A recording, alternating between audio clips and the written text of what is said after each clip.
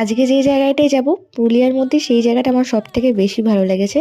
তো হাই, আমি মৌলি, আমার নতুন একটি ব্লগে তোমাদেরকে আরও একবার ওয়েলকাম। তো সকাল সকাল হালকা ব্রেকফাস্ট করে আমরা চলে এসেছি আমাদের যেখানে আমরা ছিলাম হোটেলটা থেকে।